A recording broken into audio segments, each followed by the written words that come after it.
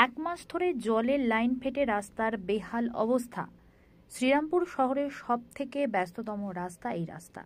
বেহাল অবস্থা নিয়ে ১৯ নম্বর ওয়ার্ডের কাউন্সিলর বেবি দে বলেন, পৌরসভার পৌর প্রধানকে জানানো হয়েছে, বালি পৌরসভার জলের লাইন বলে সারানো যাচ্ছে না। শ্রীরামপুর পৌরসভার পৌর প্রধান বলেন, রাস্তা পিডব্লিউডি আর জলের লাইনটা বালি পৌরসভার, সেই জন্য সারানো হয়নি। আজ লিপির প্রতিনিধি জানানোর পর আজকালকের মধ্যে সারানোর প্রতিশ্রুতি দিয়েছিলেন। আপনার দোকানের সামনেই হয়েছে এরকম অবস্থা। ওই যে মাসির বাড়ির কাছে রাস্তার যে জলের পাইপটা ফেটে আছে, দীর্ঘদিন ধরে হয়ে রয়েছে ওই রকম অবস্থা, রাস্তা খারাপ হয়ে যাচ্ছে। কি বলবেন এই বিষয়টা নিয়ে?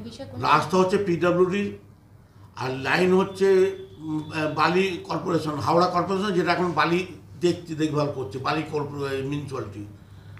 আমরা ইতিমধ্যে বালি মিউনিসিপ্যালিটিকে চিঠি দিয়েছি, তারা এখনো রেসপন্স করেনি। তাদের করে দেওয়ার কথা ছিল, তারা বলছে আমরা করবে কি করবে জানি না।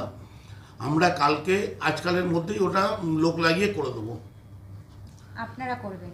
মিউনিসিপ্যালিটি, শ্রীরামপুর মিউনিসিপ্যালিটি করে দেবে।